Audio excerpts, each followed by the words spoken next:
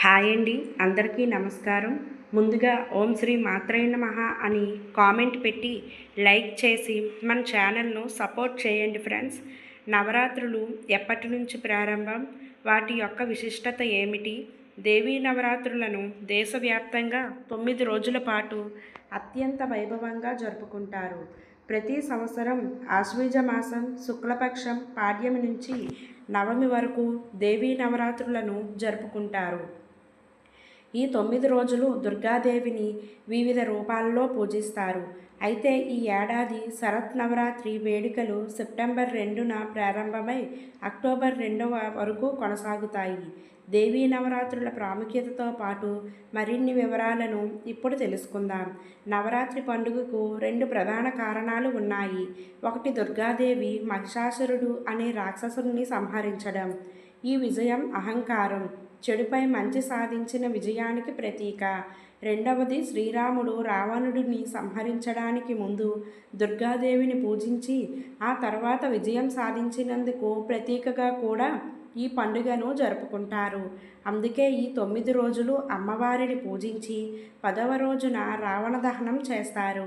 ఈ పండుగ శక్తి స్వరూపిణి అయిన దుర్గాదేవిని పూజించడం ద్వారా జీవితంలో ఎదురయ్యే అడ్డంకులను తొలగించుకోవడానికి, శుభాలను పొందడానికి సహాయపడుతుందని భక్తులు విశ్వసిస్తారు.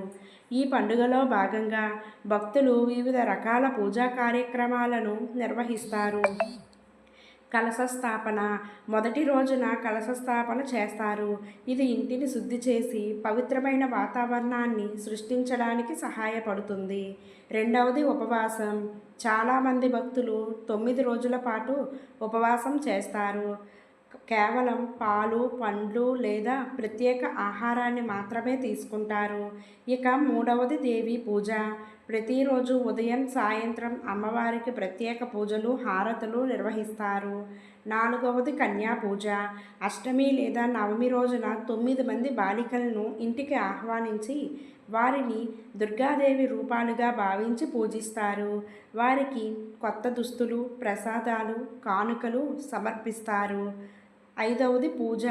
ఆయుధ పూజ లేదా సరస్వతి పూజగా పిలువబడే ఈ రోజున పుస్తకాలు, ఆయుధాలు, సంగీత పరికరాలు, వృత్తికి సంబంధించిన వస్తువులను పూజిస్తారు.